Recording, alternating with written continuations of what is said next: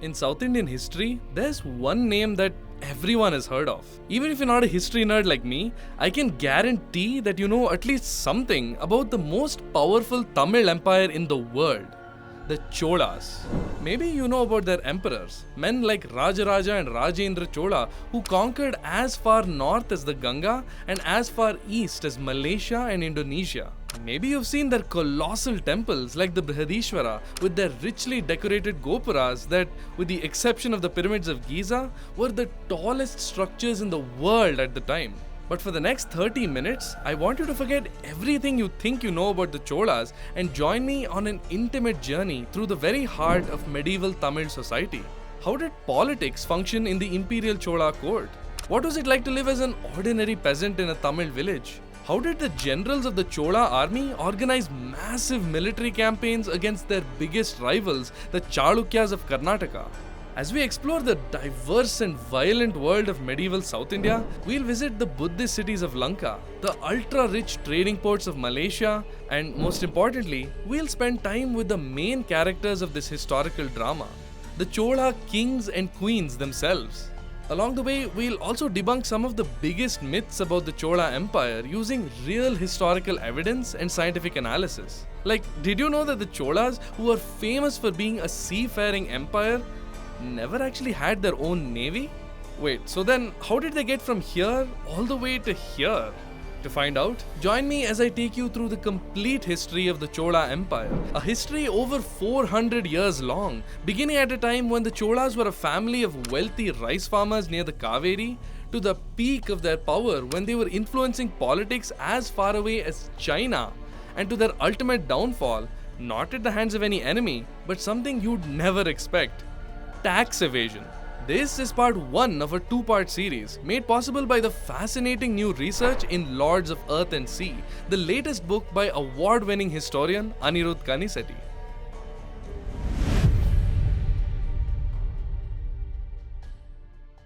Let's get on a bullock cart and go on a tour of the Kaveri floodplain in the 8th century CE. You pass by vast paddy fields, the stalks heavy with golden rice baking in the sun. A network of lazy canals crisscross the landscape, and you pass through small villages and towns where people are busy buying and selling in the noisy markets. Crucially, you notice that this land isn't actually ruled by any king or emperor. In fact, unlike most other places in medieval India, it wasn't the rich lords or nobles who held the most power in the Kaveri Delta. It was actually the peasants. You would see that the Cholas are actually sharing space with a whole bunch of different powers. We are also talking about Nadu assemblies. Now, we know the name Nadu because of Tamil Nadu, but it comes from a much smaller territorial unit where a whole bunch of villages would coordinate the irrigation systems, the tax systems, the arrangement of their local markets and so on. You also had assemblies of Brahmins, you had assemblies of merchants. So, the defining feature of medieval Tamil society is that most things were done collectively. Decisions were taken collectively. Even property was owned mostly collectively, with some exceptions. So, if you want to understand the rise of the Cholas, you have to understand what was the society they were a part of, and you have to understand how did they gradually convince this society to accept them as kings, because the story of how they came to be accepted as rulers is the story of how they eventually became a great superpower. That collectivism, that self-sufficiency is at the heart of Chola politics, because these Nadu people were so used to self-governance that if some outsider came and said, "I'm your new ruler, so you gotta pay taxes to me," they'd obviously ask, "Who the hell are you? We've not had a king here for 1,000 years. Why do we need one now?" At this point, the Cholas were just a rich land-owning family from the ancient town of Urayur. They'd have lived as a large joint family in a brick and timber mansion with a retinue of servants. The patriarch of the family, Rajaraja Chola, was an ambitious man and had married a dozen women from other wealthy and powerful families, further increasing his own status. The Cholas were rich enough to actually have their own standing army of a few hundred soldiers and made money through raids against enemies in the north and south, collecting protection money from the locals, herding animals, and other activities. Of course, in the highly decentralized world of the Kaveri floodplain, even the Cholas couldn't just give orders to the local villagers and expect them to listen. They had to win the loyalties of the Nadus through acts of generosity and goodwill. And they did that by giving expensive gifts to local temples. Things like gold jewelry to decorate the deity, bronze lamps and idols, ghee for the lamps to stay burning through the day and night, and even herds of sheep to give the locals a source of employment and the temple a steady stream of revenue. Think of it like a medieval PR campaign. Just like how politicians today pay to have their banners and posters hung up like advertisements, Tamil kings would leave inscriptions on the walls of temples recording how many gifts they gave. In medieval Tamil society, if you look at the inscriptions on the walls of the temples, you realize that these were not simply elite spaces. The early donors to Tamil temples included washer people, included shepherds. So these are places where the community is congregating. It is not just an elite space. And so for the Cholas, the temples essentially act as nodes of the public relations strategy. When the king has gone and made a conquest, he brings back some loot, and then an officer of his will take some of that and make a gift in the temple. And at the beginning of the gift, there will be a long introduction, a eulogy called the Mekirti. And the Mekirti will say, oh, it is the year such and such of this glorious king, line among kings. He is the consort of the goddesses of fortune and of earth. And in his long life, he has conquered these countries. And it's very important to be a successful conqueror because it not only enables you to be pious, to maintain the gods, but more importantly, it ensures that you're able to remain in the public eye.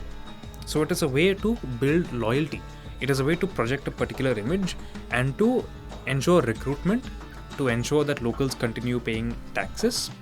So the temple is not simply a religious space. It is a node of the state. It is a community center. But in order to be able to afford such expensive gifts for the temples, Parantaka Chola needed loot that could only be acquired by invading his enemies. His gaze began drifting southwards towards the ancient metropolis of Madurai, the capital of the Pandya dynasty. The Pandyas were a much older house than the current Chola family and had deep roots in the southernmost parts of Tamil Nadu and even northern Lanka. But now that Parantaka had formed so many alliances through marriage, he decided to flex his military muscles through some hard-hitting raids on Pandya lands. So in the 910s, Parantaka Chola would go around gathering all the able-bodied men from nearby villages and towns and set out on yearly expeditions, attacking towns and farms all the way up to the outskirts of Madurai. In return for their bravery, the Chola warriors got a share in the loot they collected. Gold and silver, weapons, livestock, pretty much anything of value. This became a yearly cycle of raiding and pillaging, and suddenly the Pandyas were being driven further and further back. They got so desperate, they had to ask the king of Lanka for help.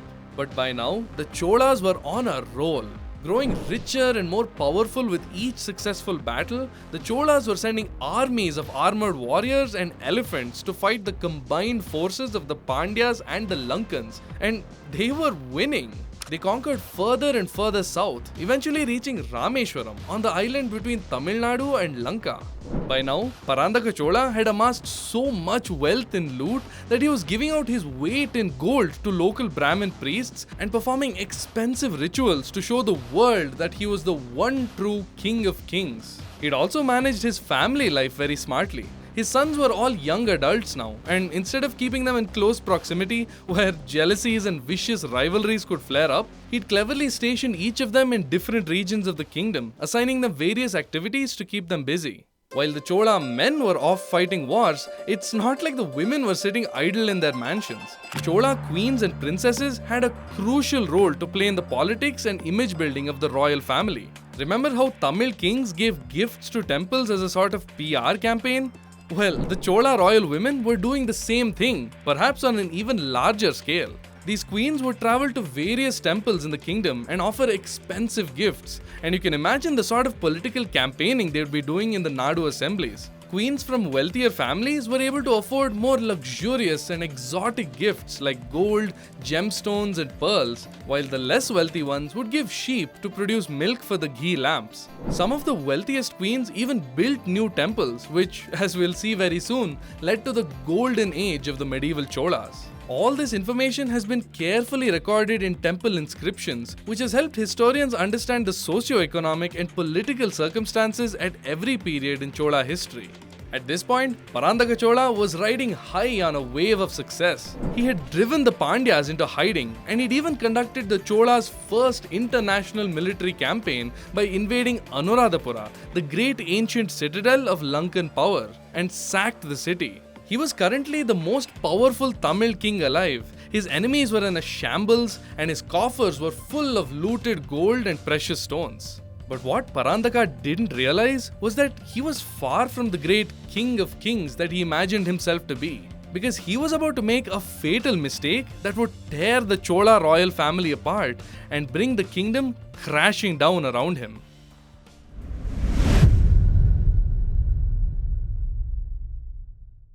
It was a quiet, uneventful day in the Chola court when a young man suddenly burst through the doors, desperate to seek the king's audience. Upon being questioned, he revealed that he was the recently deposed king of the Rashtrakuta Empire in Karnataka, claiming his own lords and ministers had schemed behind his back to overthrow him and install his uncle as the new emperor. The truth was that the young man was completely unfit to rule. In his few short years as emperor, he'd managed to squander lakhs and lakhs of gold and silver coins, giving away over 1,000 villages to local communities. And if that wasn't enough, he'd managed to get accused of incest with his dead brother's wives. After a political struggle, his uncle, Krishna III Rashtrakuta, had kicked him out and taken the imperial throne for himself, and was on a mission to reclaim the lost glory of the great Rashtrakuta clan. That could only mean war and conquest. Parandaka Chola, seeing this new development right at his doorstep, wasn't about to let this new emperor just stroll into his territory.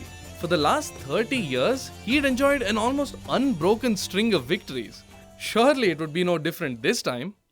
Parandaka felt the full weight of the Rashtrakuta hammer when he tried to attack the new king in the Ganga kingdom. It came down with the force of 100 elephants and 1,000 troops, shattering both the Chola forces and Parandaka's overinflated ego. Now Krishna Rashtrakuda's attention was drawn to the Cholas, who scrambled to prepare their armies for the inevitable assault. Prince Kodandarama Chola, eldest son of Parandaka, would lead his war elephant against the enemy. In the great battle that ensued, the day ended in the greatest possible tragedy for the Cholas. Prince Rama, the man who was to be the next Chola king, was slain in battle, taking a knife to the back even as he sat atop his elephant. The Chola resistance collapsed in that moment, allowing the Rashtrakuta emperor to ransack Tanjavur and Madurai with no one to stop him.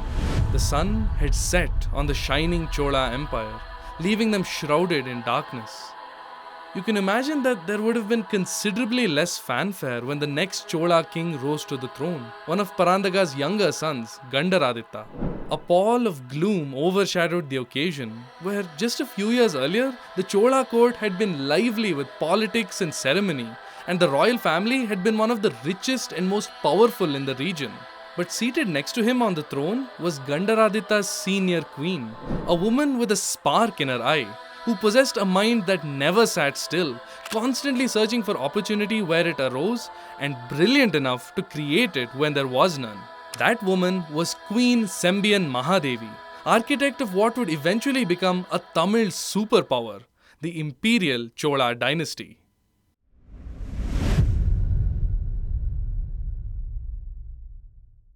The Cholas under the rule of Gandaraditya had slipped into obscurity, fearing the wrath of the Rashtrakutas. But once Krishna III had died, the shadow slowly lifted from the Kaveri floodplain. After Gandaraditya's death, his son Uttama was too young to take the throne, so it was given to his cousin Parandaka II, also known as Sundara Chola.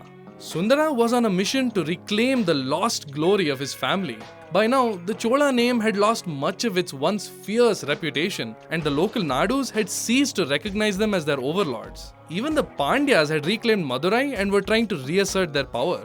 But with the Rashtrakutas out of the picture, Sundara Chola captured the old Pallava capital of Kanchi, while his son scored victories against the Pandyas and Lankans. But then, a sudden, mysterious tragedy struck the Chola royal family. For reasons we don't quite know, 3 Brahmin officials assassinated the heir to the throne, the eldest son of Sundara Chola. Immediately, rumors of fratricide began to float around the Chola court. Could this have been an elaborate plot by the wily Sembiyan Mahadevi, wife of the dead king Gandaraditya, to clear the line for their son Uttama? Tragically, Sundara Chola died of grief in his palace in Kanchi and his queen committed sati. The Chola royal household was no doubt swirling with drama and whispered gossip as Uttama Chola, who currently held the strongest claim to the throne, was crowned the Chola king in the year 971. It didn't help that Sundara Chola left behind two highly intelligent, ambitious children after his death, a cunning daughter, Kundavai, and a hot-blooded son, Arulmozhivarman. Both were highly suspicious of Uttama's convenient rise to the throne, and as we shall see very soon, these two would come to play a central role in the creation of the Chola Empire. But the Queen Mother, Sembiyan Mahadevi, ignored the rumors and was focused on the long road ahead. So Sembiyan emerges onto the historical scene, I think roughly around 912, 913 CE, when she was a very young girl. And while a lot of her sisters-in-law came from very grand families, they were quite wealthy, they were able to build stone temples using their own personal funds, Sembiyan Mahadevi was only able to make gifts of sheep to produce ghee for lamps in temples. But you already see from the beginning of her career how Sembiyan has an understanding not just of religion but also of politics.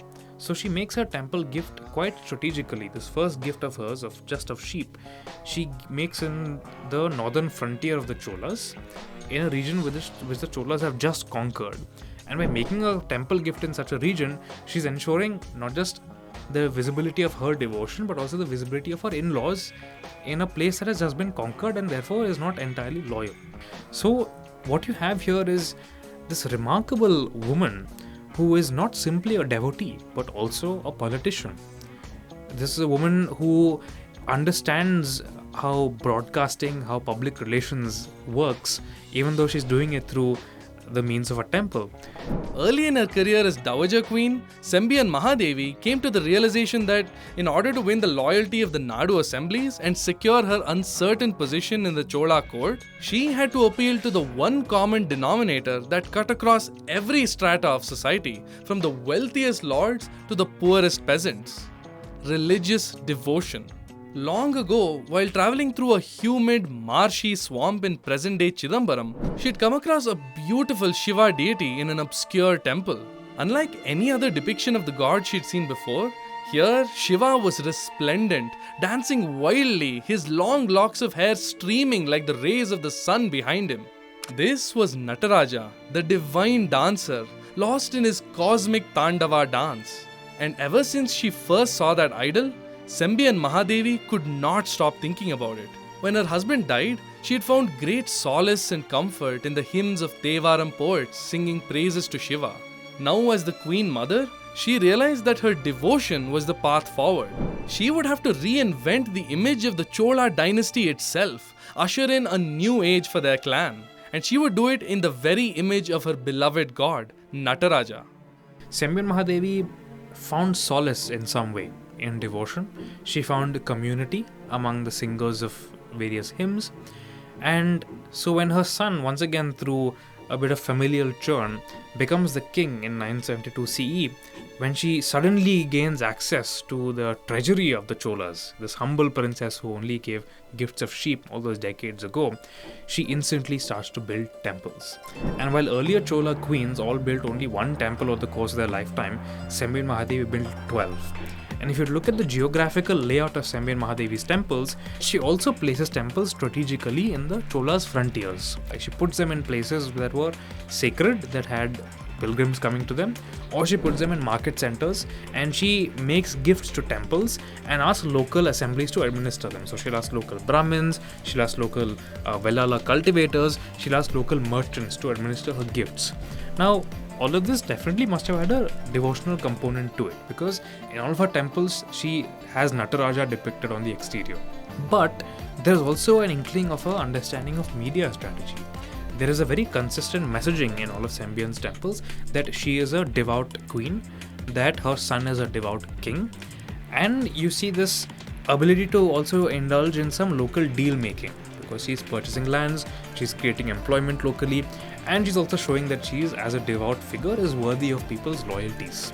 If you look at the way that politicians work today, where do politicians put up billboards? They put it up in places where people are likely to see them. Similarly, Sembiyan makes her claims of devotion and exhibits her devotion in places that people are likely to see. The public spaces at the time were temples. So in many ways, what Sembiyan Mahadevi is able to do through building all these temples is she ignites this craze almost for Chola style temples. Suddenly you have locals who are almost like arguing to be the recipients of her patronage. You have locals who are being recruited by her son, who are acting as the backbone of a new kind of Chola administration, and the two of them really in a lot of ways set up the financial basis for the kingdom that Rajaraja Chola, who was Sembiyan Mahadevi's grandnephew, uses as a springboard for the conquests that took Chola armies to the farthest corners of the subcontinent. But even as Sembiyan Mahadevi was busy reinvigorating the name of her royal clan, great political games were afoot within the Chola court. It was well known that Uttama Chola was a peace-loving king, perhaps too peaceful, which left many of the men of his court frustrated with the lack of action or conquest that their ancestors were known for. Chief among these restless souls was the king's nephew himself, Arulmozhivarman, who was watching with disbelief as the Rashtrakuta empire collapsed completely in the Deccan and Uttama Chola did nothing? Where was the fire? Where was the ambition? Not only had his uncle not punished those Brahmins who'd murdered his brother, but now he wasn't even taking advantage of the biggest opportunity they'd seen in 18 years. This temple building craze had gone on for far too long. Enough political campaigning, the Cholas needed to conquer. So the young royal decided to take matters into his own hands. Uttama's health had begun to fail, giving Arulmozhi the perfect opportunity to declare himself co-ruler. He had no shortage of supporters in the court, and without bothering to ask for the king's permission, he cheekily decided to give himself a new name, Rajaraja Chola, the King of Kings.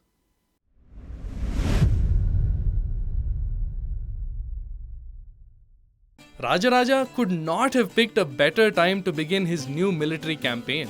After the Rashtrakutas' collapse, the Deccan was in a state of disarray as various factions sought to fill the gaping power vacuum left behind by the mighty empire. Meanwhile, the Chola kingdom had a healthy treasury, a series of bountiful harvests meant there was plenty of food, and the land was filled with able-bodied fighting men ripe for the picking. Rajaraja's first campaign took him west to Kerala, where he attacked the Chera kingdom. Having gotten used to the sleepy foreign relations with Uttama Chola's court, the Cheras were completely blindsided by the assault, and Rajaraja easily managed to reach the western coast of India, where he proceeded to set fire to the merchant ships docked at the harbour. In doing so, Rajaraja may have been sending a message to the Ainutruvar or the 500, a coalition of merchants who operated on the Tamil coast.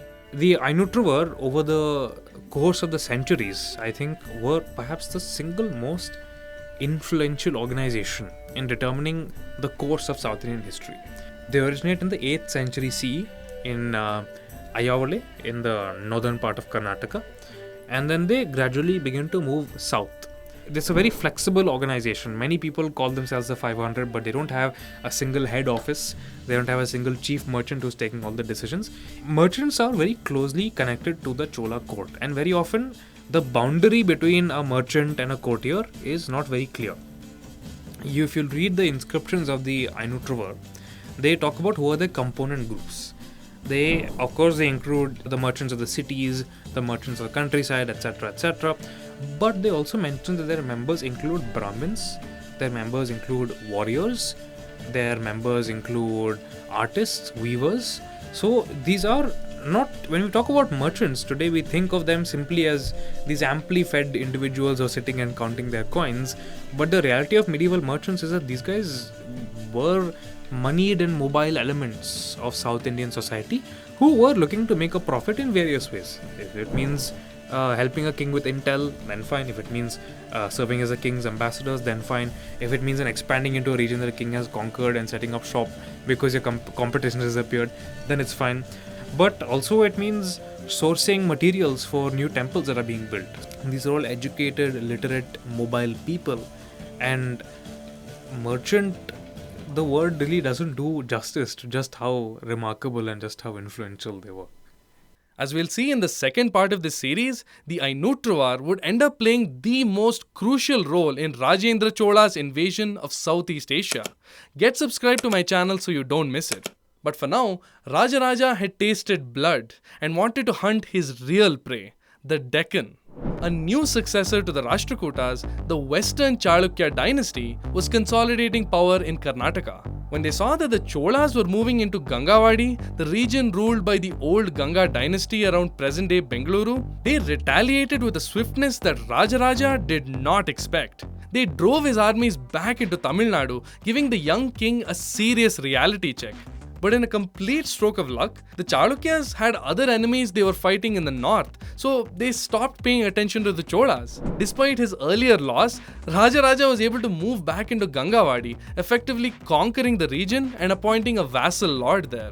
But Rajaraja was on the cusp of a military campaign that would catapult him from a mere king of a minor Tamil kingdom to the most powerful emperor in South India.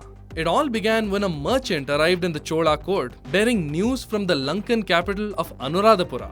That ancient city, once one of the richest and most advanced urban centers in the entire subcontinent, was falling into ruin. Over the years, Lankan kings had generously gifted land and labor to the Buddhist Sanghas in the city. Except they had been far too generous, and now the Sanghas had so much land and labor at their disposal that they had stopped paying their dues to the king, sending the kingdom deep into debt. The royal treasury had no money to maintain the massive network of canals in the city, hindering agriculture, which led to a decline in population, which further slashed the city's tax revenues. The Lankan king, who'd maintained an army of mercenaries all these years, now found himself unable to pay them, and the disgruntled warriors were rioting through the city, threatening to break into the king's palace. Seeing a golden opportunity, Rajaraja swooped down into the city, leading his army on a legendary sacking of Anuradhapura. Here too, the Chola king established a military outpost before returning to his homeland. Rejuvenated by this victory, Rajaraja prepared for even more war and conquest, this time against the Cheras and Pandyas. Even as he defeated these old kingdoms, a new one rose out of the hills of Karnataka, the fearsome Hoysalas. There was a period when Rajaraja was fighting battles on all fronts against the Chalukyas in the Deccan, the Hoysalas in Karnataka, the Cheras in Kerala, and the Pandyas in Madurai. Leading his elephant corps at the head of an army tens of thousands strong, Rajaraja Chola must have struck a terrifying figure in the eyes of his enemies. His armies spilled onto the various kingdoms of South India, sweeping over his enemies, scattering their troops in all directions, and seizing ungodly amounts of loot. More wealth meant more temple building and gifting, which meant more support for the king, which only meant more conquest. Rajaraja is a brilliant commander. He's a leader of men. He inspires loyalties. You see under his reign that the number of Chola army regiments balloons. You see his officers making gifts of the loot that they have achieved, that they have received from various parts of India, making gifts to various temples and saying that King Rajaraja gave us this. You see them making gifts of bronzes and praying to the gods that Rajaraja should have more military successes. The Chola queens and army generals did their fair share of temple gifting. For example, the inscriptions show that after Rajaraja's conquest of Lanka, the temples began receiving vast quantities of pearls for the first time, a luxury that Lanka was famous for at the time. There could hardly have been a town or village anywhere in South India where the name of Rajaraja Chola wasn't spoken, while others still got to witness the massive procession of his army passing through their lands, thousands of elephants, horses, and foot soldiers flattening everything in their path. But Rajaraja wasn't just some bloodthirsty military strategist. He was an equally brilliant statesman. He essentially revamps the entire administrative edifice of the Chola state by creating an organized revenue secretariat and by redistricting all the fractious nadus with their assemblies into regular Valanadus, which means you can interpret as a fertile Nadu but also as a prosperity district, and the resources that are brought from these Valanadus are poured into his great imperial temple, the Brihadishwara temple, and from the temple they are driven towards ritual, yes, but also reinvested in expanding agriculture, in expanding cultivation. The sheep that are being captured in various raids are being gifted to shepherds in the drier part of the kingdom. So what you're seeing here is essentially India's answer to Alexander the Great, but an Alexander the Great who lived to see all of his ambitions fulfilled. A man who overthrew his dynasty's greatest enemies, who expanded Chola power into South Karnataka and northern Sri Lanka, established outposts that had never really been there before, builds the early ties with merchant corporations that his son Rajendra later built upon. And now it was time for him to build something that would leave behind a legacy. Something that would carry on the name of Rajaraja and the Cholas for centuries to come. He wanted to construct the greatest temple built by any Tamil king in history. It would tower over the city of Tanjavur, its gopuram rising like a mountain, sunlight bathing its brightly painted facade each morning. It would be called the Rajarajeshwaram, known to us today as the Brihadishwara temple. Rajaraja wanted the temple ready on the 275th day of the 25th year of his reign, which meant that the builders barely had 7 years to complete it. 7 years to construct a temple 40 times the size of the average Tamil shrine that was common in those days. So, they got to work. Every single day for 7 years straight, 17 tons of stone was extracted from a quarry 45 kilometers away and floated down the Kaveri to Tanjavur on giant coracles. 130,000 tons of granite was required to construct the temple, and a literal army of stonemasons, craftsmen and laborers toiled in the unforgiving Tamil sun day after day, while blacksmiths stood by to sharpen and repair tools, cooks prepared hearty meals in massive vats, and water boys fetched a constant supply of water from the nearby river. Anytime there was a shortage of funds for the temple, the Cholas would just send out a raiding party against the Cheras or the Pandyas to refill their coffers. Meanwhile, the Chola court was mobilizing thousands of tons of rice and exotic offerings from across the kingdom in preparation for the grand opening of the temple. To complete the structure, a colossal 80-ton capstone was hoisted to the top of the 200-foot tall gopuram, a single stone holding the entire superstructure in place. If you were to visit Tanjavur in the 11th century, it would be impossible for you to not notice the enormous skyscraper that dwarfed all other structures in the city, a gleaming monument to the Cholas' utter and complete supremacy over the land. More importantly, it was a symbol of Rajaraja's staggering achievements in taking his clan to unimaginable new heights. There's a man who is constantly innovating, who is constantly hungry, who is endlessly determined, and who essentially changes the world. Of course, there's an inescapable irony to all this. If you look closely at the Brihadishwara temple, you'll notice several places where the sculptures are simply incomplete.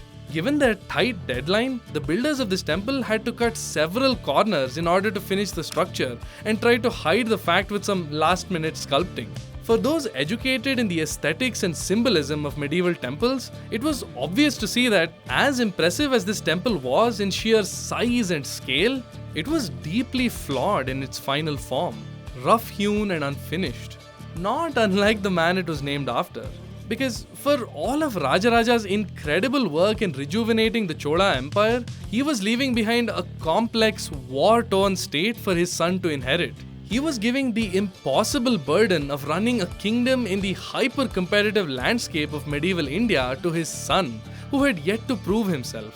For Rajendra Chola, fixing his father's mistakes and steering his temple in the right direction was not going to be an easy task.